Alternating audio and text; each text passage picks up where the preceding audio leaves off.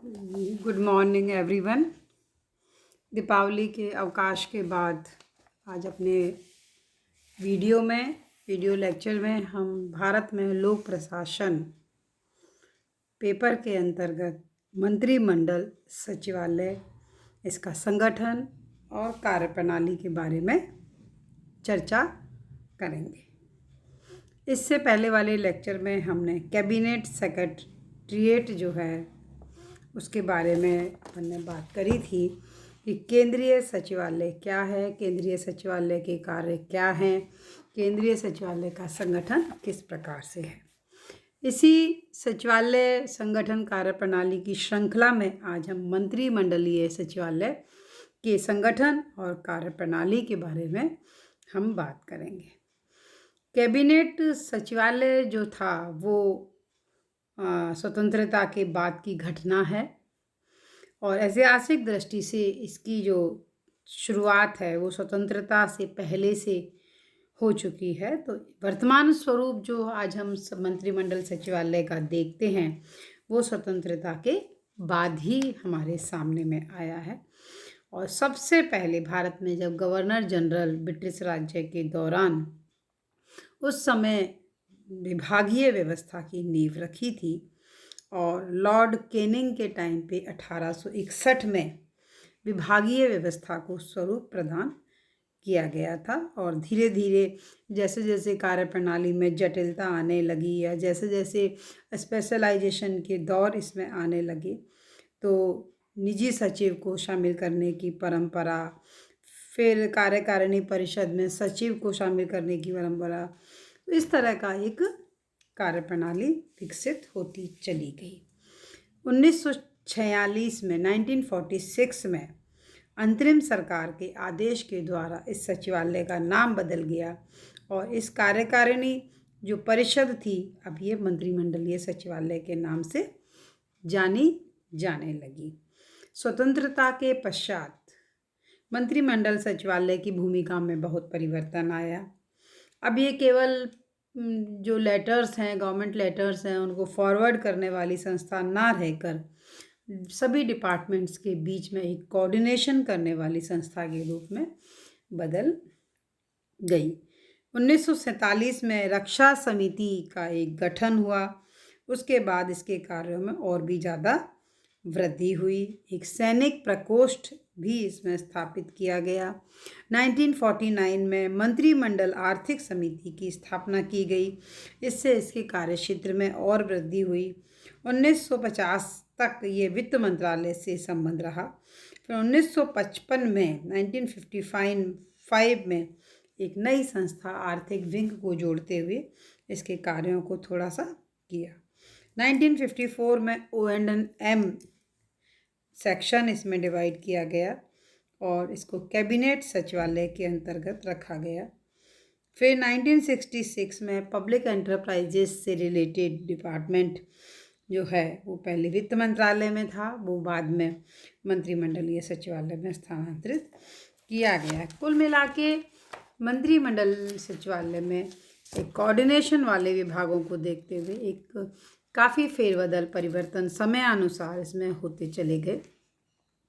1971 में वैज्ञानिक औद्योगिक अनुसंधान विभाग को मंत्रिमंडलीय कार्यालय से अलग कर दिया गया और योजना मंत्रालय के अधीन उसको कर दिया गया। तो 1971 के मध्य में कैबिनेट सचिवालय में 4 विभाग ही रह गए थे। अब अपन यहाँ पे चर्चा करेंगे कि आखिर मंत्रिमंडलीय सचिवालय के कार्य कौन कौन से हैं और कौन कौन से कार्य जो है मंत्रिमंडल के सचिवालय के हैं। सबसे पहला वही बात जो आती है कि जो हमारी सरकार है, जो प्रधानमंत्री के नेतृत्व में जो मंत्रिमंडल पूरा काम करता है, तो मंत्रिमंडल के कार्य कुशलता एवं प्रशासन को सुचारू रूप से संचालित करने के लिए उसकी रीढ़ की हड्डी और नींव का जो काम जो करता है वो मंत्रिमंडलीय सचिवालय के ऊपर निर्भर करता है। और मंत्रिमंडलीय सचिवालय पूरे केंद्रीय प्रशासन का एक आधार बिंदु है, आधार स्तंभ है या धुरी है। तो इसके जो प्रमुख कार्य हैं वो इस प्रकार से हैं। सबसे पहला तो ये है कि मंत्रिमंडल की बैठकों के लिए कार्यसूची तैयार करता है। दूसरा ये है कि ये मंत्रिमंडलों की बैठकों के वाद विवाद, निर्णय एवं जो निर्णय उनमें लिए जाते हैं उनका रिकॉर्ड मेंटेन करता है। तीसरा जो कार्य है ये है मंत्रिमंडल के लिए सचिवालय संबंधी सभी कार्यों का संपादन करता है। चौथा है कि मंत्रिमंडलीय समितियों, मंत्रिमंडल द्वारा नियुक्त समितियों, मंत्रिमंडल के आदेशानुसार स्थापित समितियों के लिए सचिवालय संबंधी कार्यों का निष्पादन करना।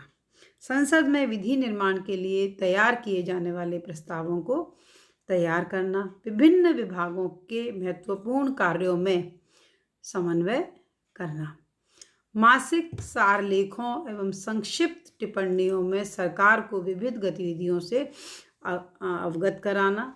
सांख्यिकी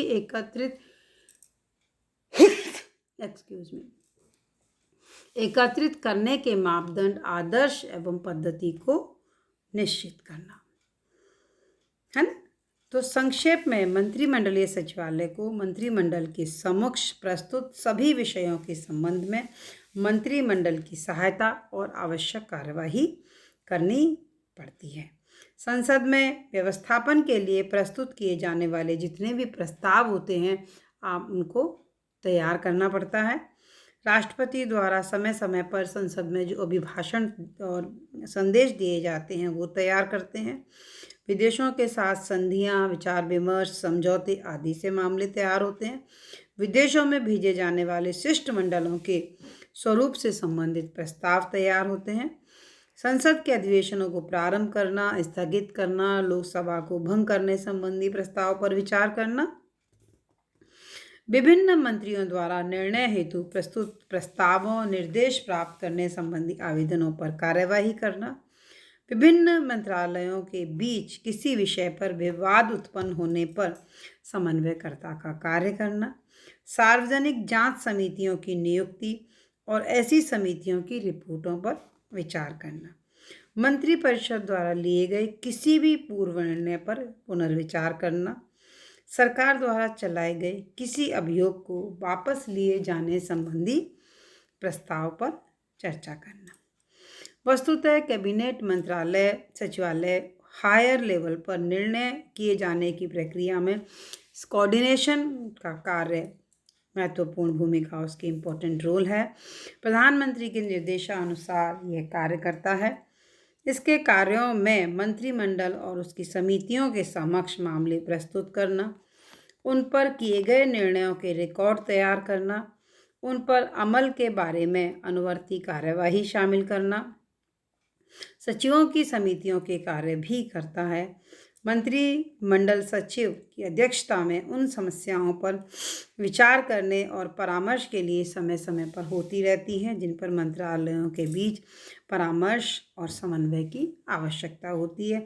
इस संबंध में निरंतर मंत्रिमंडल सचिवालय जो है वो अपनी बैठकें करता रहता है ताकि विभिन्न मंत्रालयों के बीच परस्पर परामर्श और समन्वय जो है वो निरंतर बना रहे। इसके बाद में हम चर्चा करेंगे कि आखिर मंत्रिमंडलीय सचिवालय का संगठन किस प्रकार सा है।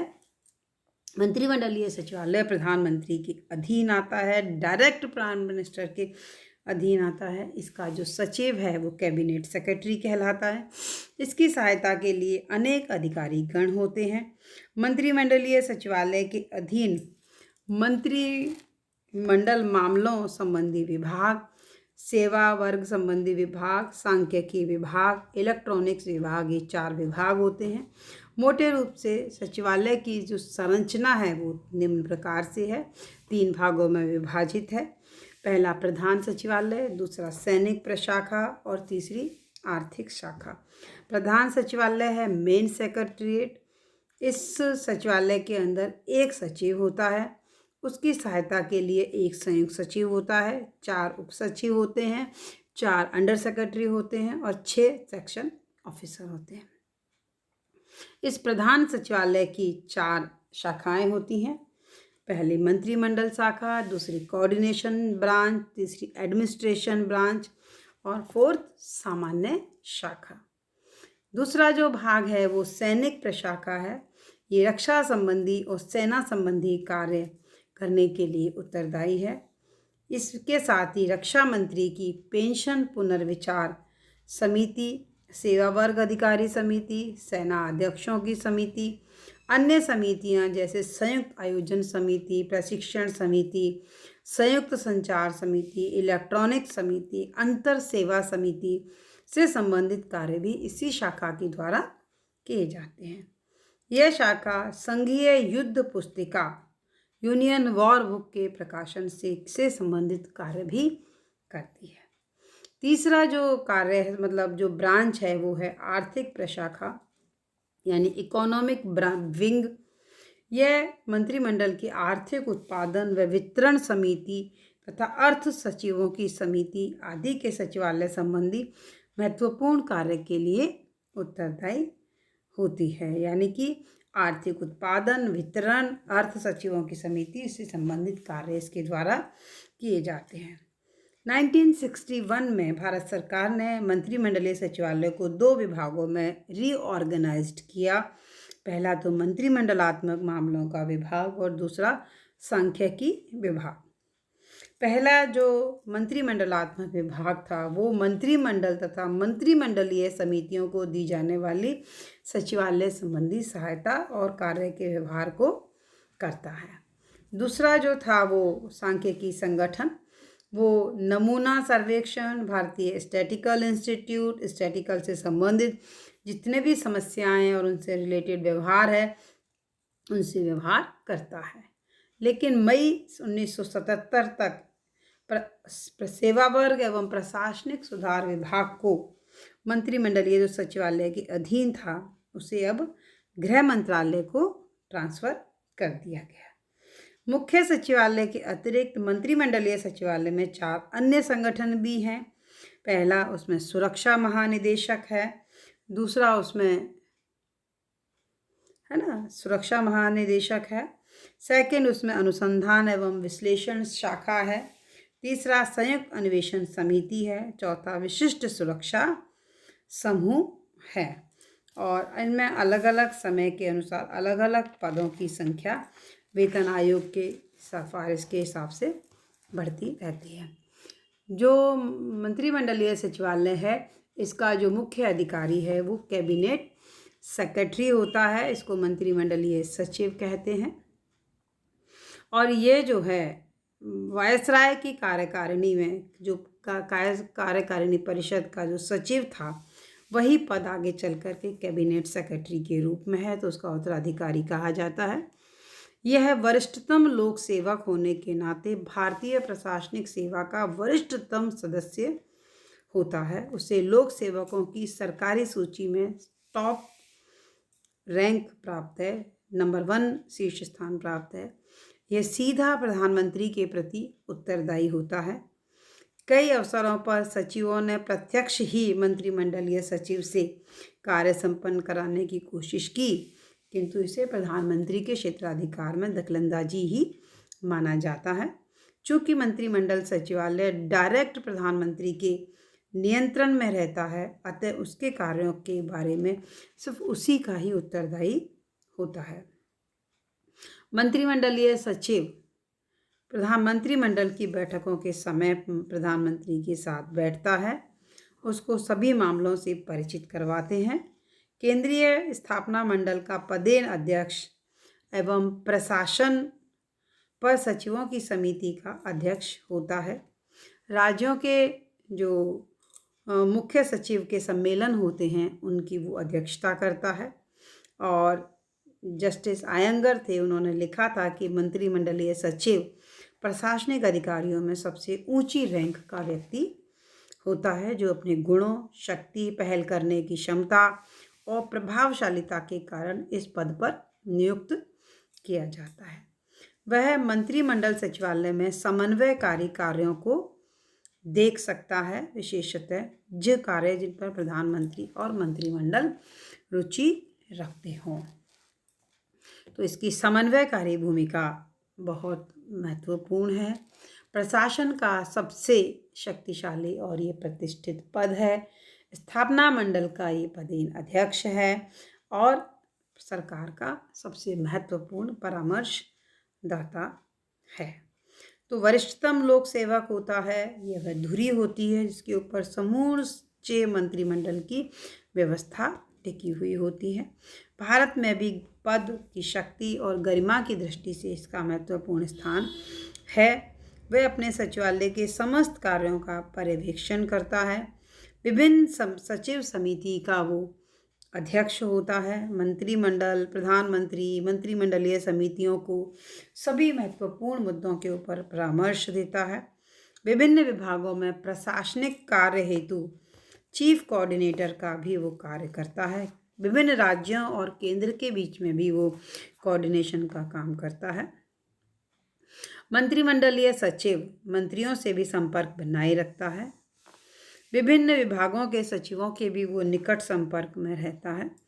यद्यपि वह विभागों के सुपरविज़न का काम नहीं करता है, लेकिन फिर भी उसकी निगाह इस बात पर रहती है कि विभिन्न विभागों में जो गतिविधियां हैं, परामर्श की जो प्रक्रिया है, वो उसको मिलती रहे।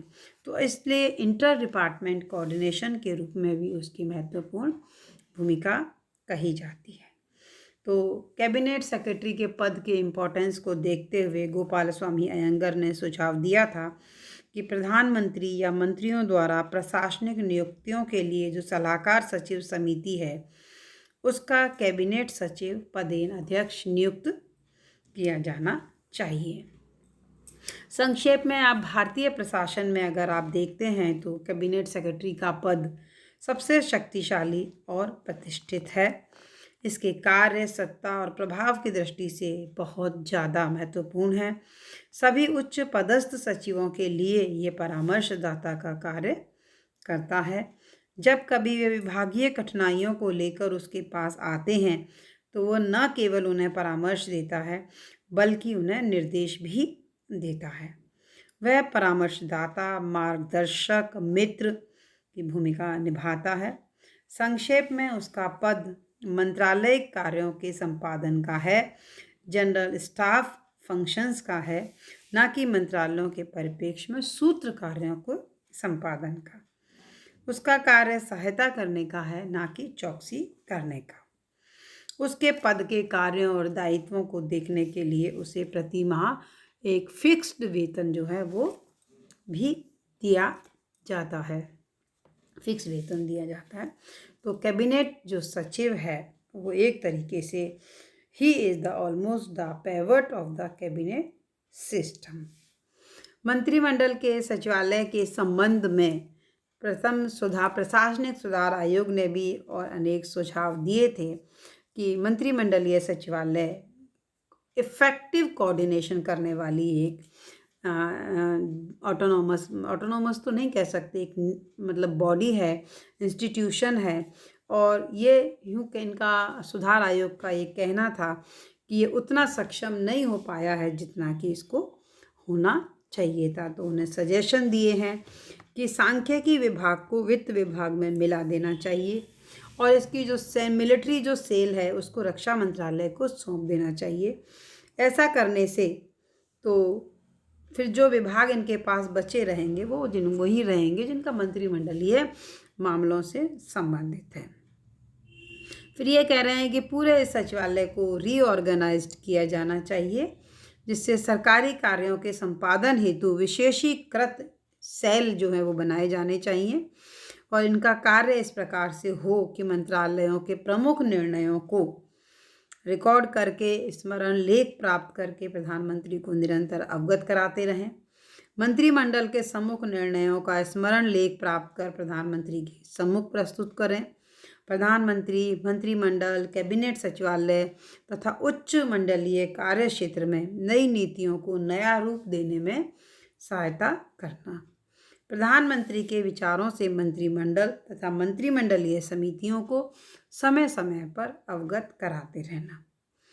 एक उन्होंने ये भी सुझाव दिया कि अगर मंत्रिमंडलीय सचिव के ऊपर किसी अधिकारी की आप नियुक्ति करते हैं तो कम से कम वो 3 वर्ष रहनी चाहिए। संक्षेप में हम अंत में ये कहना चाहेंगे कि प्रशासनिक व्यवस्था में, संपूर्ण प्रशासनिक व्यवस्था में मंत्रिमंडलीय कार्यालय का अत्यंत महत्वपूर्ण स्थान है। कतिपय विद्वानों ने ये माना है कि प्रधानमंत्री कार्यालय की जब से स्थापना हुई है, पीएमओ जिसको हम कहते हैं, और आज की तारीख में पीएमओ बहुत पावरफुल है, तो वो कहते हैं कि जब से प्रधानमंत्री कार्यालय की स्थापना हुई है उसके बाद से कैबिनेट जो मंत्रालय है, डिपार्टमेंट है, इसके महत्व में धीरे धीरे कमी देखने में आ रही है। फिर भी मंत्रिमंडलीय सचिवालय के संबंधित कार्यों के लिए एक स्टाफ भुजा के रूप में काम करता है, अतः उसे सरकारी कार्यों का संपादन करने हेतु सरकारी विभाग मात्र नहीं समझा जाना चाहिए। उसके आगे बढ़कर भी वो एक बहुत महत्वपूर्ण कार्य जो है वो करता है। तो एक तरीके से ये संपूर्ण प्रशासनिक व्यवस्था का, ये संपूर्ण कार्य का पर्यवेक्षण करना अपनी और जो सचिवालय है, वो सचिव है, जो मंत्रिमंडलीय सचिव है, वो परामर्शदाता, मार्गदर्शक और मित्र की भूमिका, और साथ में समन्वयक, एक मुख्य समन्वयक की भूमिका भी वो उसमें निभाता है। तो ये जो आज का हमारा विषय था मंत्रिमंडलीय सचिवालय, इस विषय के ऊपर आज हमारी वीडियो व्याख्यान आपने सुना। इसके बाद अगले लेक्चर में हम अगले भारतीय लोक प्रशासन से संबंधित अगले विषय के ऊपर अपन चर्चा करेंगे। तब तक के लिए धन्यवाद।